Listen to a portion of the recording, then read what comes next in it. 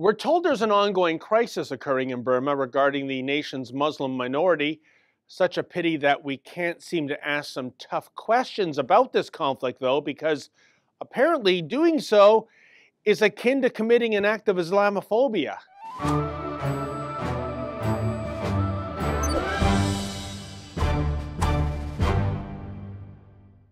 Dr. Mog Zarni's Canadian tour dropped by Toronto City Hall last week. The goal was to bring public awareness to the alleged genocide of Muslims in Burma, or Myanmar, as the nation is called today. Dr. Zarni contends that what's happening to Burma's Muslim minority at the hands of the Buddhist majority qualifies as ethnic cleansing.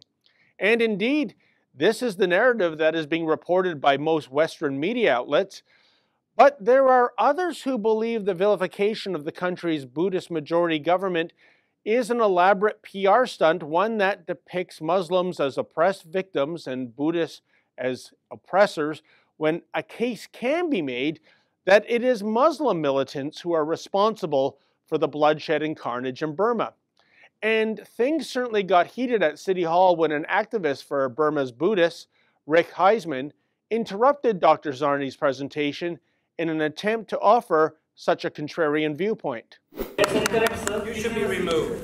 You should be removed from here, please. You're complicit and you're complacent. You are disturbing a very... You're nothing. You should be removed from here. Your Burma task force is ready. You should even have the right to speak. I was just there for 6 weeks. I was just there working in sick way for 6 weeks. You want to see videos? You're probably a Holocaust denier also. Yeah, you're denying this genocide because you're also a Holocaust denier and you have to leave. You should get out. No, you should leave, and you should leave too. No, I am going. Get out. No, you're deniers. You're denying history. You should be removed. You should be removed from here. Go, thank you. Thank you. Please stand to both sides. Otherwise, that's not fair. I'm going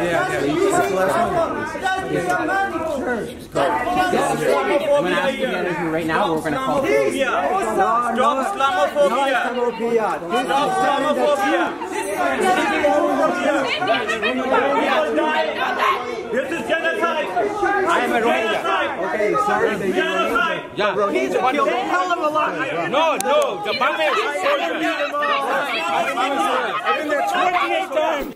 Tempers continued to flare, and Heisman was eventually escorted out of City Hall by security guards.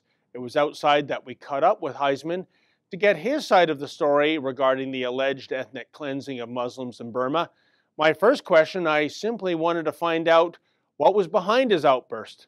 You know, we had a pro-Rohingya group there, and you know, not that many there considering the size of the panel actually, but you know, they're telling absolute bullshit and lies and misinterpretation, and they want the total destruction really of Burmese people and Buddhism in general. As for his motivation, Heisman says he's an admirer of Buddhist culture, and he has been to Burma 28 times, typically spending more than a month each time. And he's also been able to access Burma's so-called Ground Zero. Ground Zero means Mongda and Butitong provinces in which total atrocities happened, such as the type that those people in that room don't want to hear. They don't even want to know, and they won't believe it because they're Muslim or Muslim sympathizers.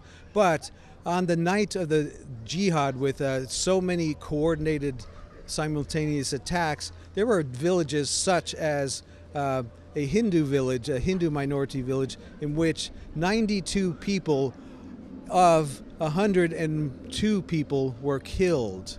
And 8 of them were spared only because they were good-looking young women. And they were forced to convert. First of all, they were forced to watch them knife their husbands and sometimes even babies to death. And then they were forced to convert to Islam or die, and they were then married to older men they had not even seen yet, and they were taken into Bangladesh, and they thought their life was over, and somebody discovered that they were not the Bengali Muslims there, Bengali Hindus, and they were rescued out of there. Okay, now in that village, 92 people died. 1 person survived. I interviewed her too. And believe me, those kinds of interviews are pretty hard to do. I also asked him about the contention, which is rarely reported, that the Muslim minority has brought this crisis upon themselves, given that some allege that the Muslim minority started this conflict going back some 75 years ago. In 1942, there's a well-documented massacre called the Mong Da Massacre, where they rose up with World War II weapons, killed 30,000 Buddhists in Mong Da town alone, sent 100,000 or more into fleeing for their lives by burning 400 plus Buddhist villages. They simply think they have the divine right to kill anybody that is not Muslim. To them, other people are like cutting grass or something. You can just simply do it. We have videotapes from this recent episode from captured terrorists or dead terrorists from their cell phones. We have videotapes of them training, them putting their black hoods on, grabbing their weapons, lining up, ready to march to a Buddhist village to kill everybody. We have videos of kids, probably 5 years old, with big old machetes, smiling and saying, "We want to kill Buddhists, we want to chop the heads off Buddhists, we want to do that." So if what Heisman is alleging is true, is this another case in which Muslims are winning the PR war? Okay, first of all, in Asia, the press is much different than here. And I was just in Asia for 6 weeks. The Indian press is extremely good. And it's in English most of the time, so you can get it without translation for that matter. Indian press, very good. And they are very concerned. In fact, they're talking about expelling all of the Rohingya illegal refugees who are in India anyway. They just simply don't like them. They want to get rid of them. They have their own Muslim problems. China press is supportive. Thailand and Sri Lanka very supportive because they have their own issues with Muslims doing the same sort of things. The Muslim world, in the Muslim world, the media is even more askewed than it is in the Western world.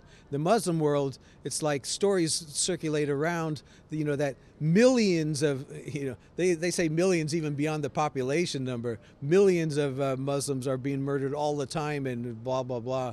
And they're riling up the whole Muslim world for a jihad. Now, as we showed you, Heisman wanted to make these points inside City Hall, but he was prevented from doing so.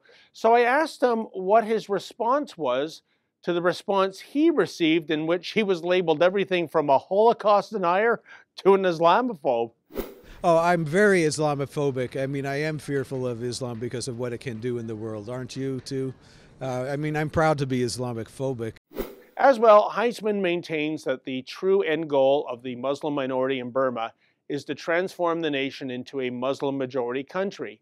And he points to neighboring Bangladesh as a grim cautionary tale. There's two agendas here. We have the short-term agenda is to take Rakhine State. Well, just like Muslims took Bangladesh at one time. Bangladesh itself was a Hindu and Buddhist kingdoms for 2,000 years and then became Muslim. And there's still 1% of the population is Buddhist, but they are eliminating that as fast as they can. So they basically want to take Rakhine State. Well, what is next is Burma. And this has been a continuation ever since Islam started to push out and annihilate every Buddhist culture they encounter, and they have. Finally, I wanted to get Heisman's take on the Toronto City Councillor who served as the MC for this presentation, namely Kristen Wong-Tam.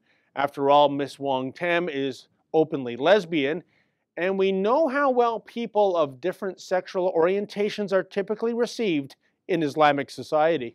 Well, I come from San Francisco, so I understand the gay, lesbian, blah, blah, blah, groups and so on, and I'm astounded at how stupid they are about Islamic terrorism and so on. Like, if you brought up, something, yeah,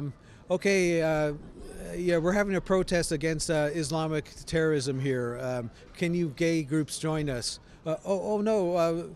In other words, they're all pro-Islamic because, what's in their head? I don't know. They don't, even if you tell them, hey, if you were to walk any street in Iran or so, you're going to be executed if they know that you're gay. Killed, pushed off a building is the typical thing. It's astounding how Islam trumps everything. Bottom line, obviously the debate will continue to rage regarding what's going on in Burma today.